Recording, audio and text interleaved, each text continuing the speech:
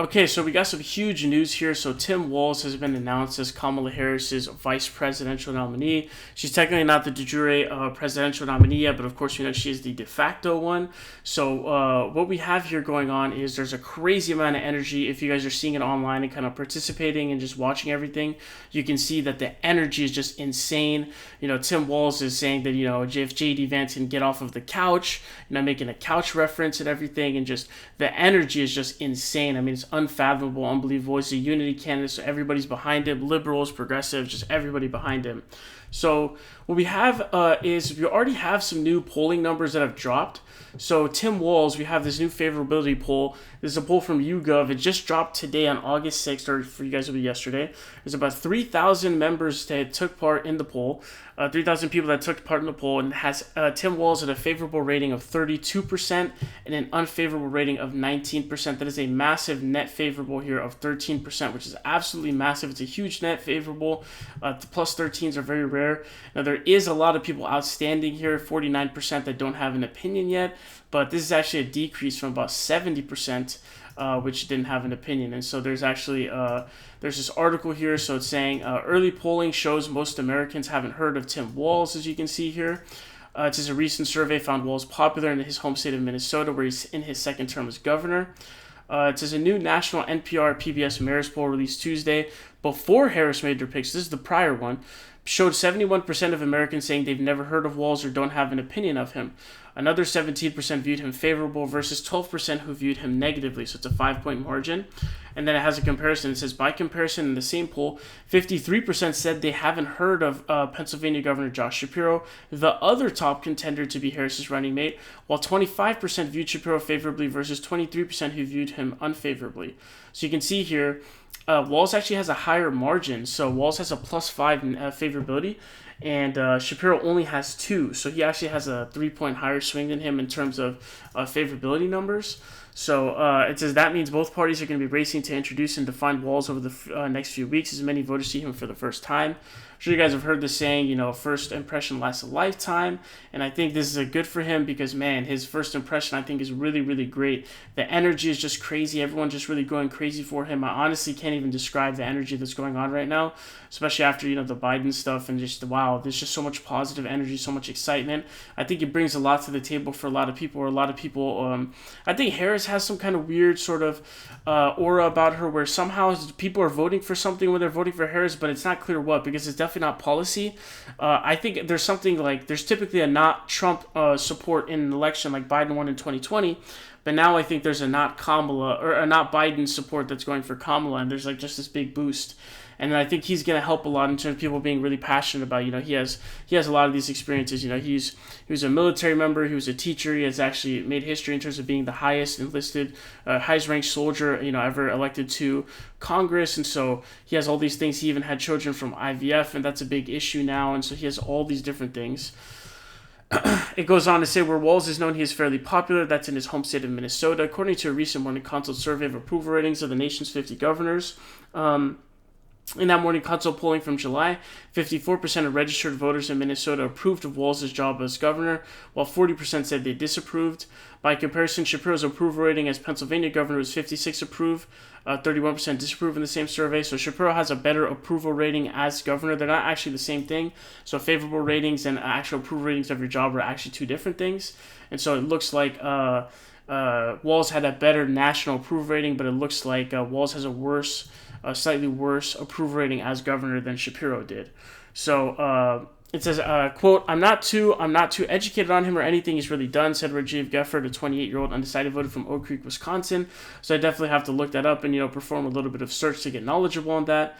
Nicola Marshall, a 64-year-old Harris supporter in Arizona, also said she hadn't heard of Walz. Quote, I want a good human as a vice president, Marshall said, and I think that's going to end up being a really big plus for him. There's some kind of adage, supposedly, that if you choose a VP, do no harm, supposedly. So I definitely think he does that, and he's a very real person. It's very unanimous that he's really fun to be around. He's very energetic. Reports are saying that that's largely a big reason why she actually chose him. They vibed really well, and I think that Shapiro reportedly is too ambitious, and, Fetterman was talking about that to Kamala as well. And so we can kind of see that kind of stuff going on. And then we want to do like an injective one-to-one comparison here with JD Vance because he's the other vice president. So you want to do like a one-to-one comparison of like, okay, well, whose VP is better? So it says here, JD Vance's popularity has declined since his selection. While Walz isn't well known nationally, recent polls show that Republican vice presidential nominee JD Vance has become less popular with the public since his selection as former President Donald Trump's running mate. The same NPR PBS Marist poll found 34% of adults viewing Vance favorably versus 43% viewing him unfavorably, a net rating of -9, which is a lot. A combined 23% say they haven't heard of Vance or are unsure about him. So we'll kind of have to see and kind of keep up with these numbers to see kind of how these 23% turn out, because that's obviously going to determine how the favorability number ends up.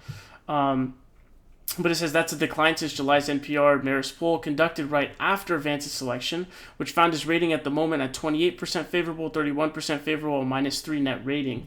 So it's an increase of -6 net rating. So, it's going up in terms of absolute value. It's going lower in terms of, negativity. So his favorable went up 6 points, but his unfavorable went up much, much more. So we can see that ended up going up 12, so it's about a 2-to-1 ratio. So again, it's important to do that one-to-one comparison. Clearly, Walz has the better numbers here, which is obviously a big dub. And in addition to kind of seeing this singular poll here, we have a couple of other ones that the article talked about. We can look at this aggregator in 538. The aggregators can often be helpful. So far we have these 3 polls here notched. So we have these Marist polls between the 1st and the 4th of August. And so actually between the 4th and the 6th, there was a lot of coverage. And today, obviously, yesterday there was a ton of coverage for the 6th. So the previous Marist polls had a 17-13 rating, +4 favorable, 17-12 favorable, because obviously a lot of people didn't know who Walz was nationally. And on August 6th poll, which is the day that everything got unleashed, and there was the event in Philadelphia and everything that just going, or Pennsylvania, everything just going down. You can see that YouGov now has the big boost where it's now +13 favorable. So his favorable numbers are getting stemmed.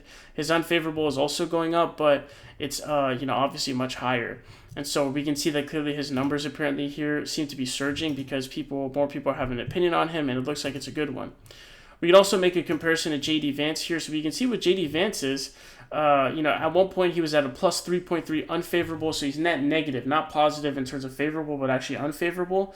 So here you can see it's 25.6 to 28.9 on July 18th. But as you can see, as time has gone on, it's actually gotten worse. So you can see that the numbers start to continue to diverge. So it's going away from each other. So now it's all the way +8.8 in favor of unfavorable. So -8.8 in terms of favorability. So it's like an increase of like 5 points, basically, just going over 5.5 points pretty much of unfavorability. So this, I think, gives him a big edge. And we can just see here, oh my God, like just look at this, man. I mean, this is nuts. Look at how many this is, +8, +9, +17, +9, +10, 17, 7, blah. And these are all not positive pluses. They're negative pluses because they're unfavorables. So JD Vance is clearly an unfavorable person, and all the evidence so far is supporting that Tim Walz is better. And so, I mean, he hasn't had a favorable poll in, like, I don't even know how many polls. This looks like 20 polls, basically. And so this is the Harris X is the last one. And honestly, Harris X is super sus, I would say, in terms of polling. So I don't even know how serious I would take them. But in total, there appears to be 2 polls in this entire thing that have him favorable. And then, like, a couple of them have him even. Looks like 4 of them have him even. And 2 of them come from right from the beginning. So this is a great comparison in terms of making between Tim Walz and JD Vance. JD Vance looking really, really horrible. Tim Walz looking really, really good.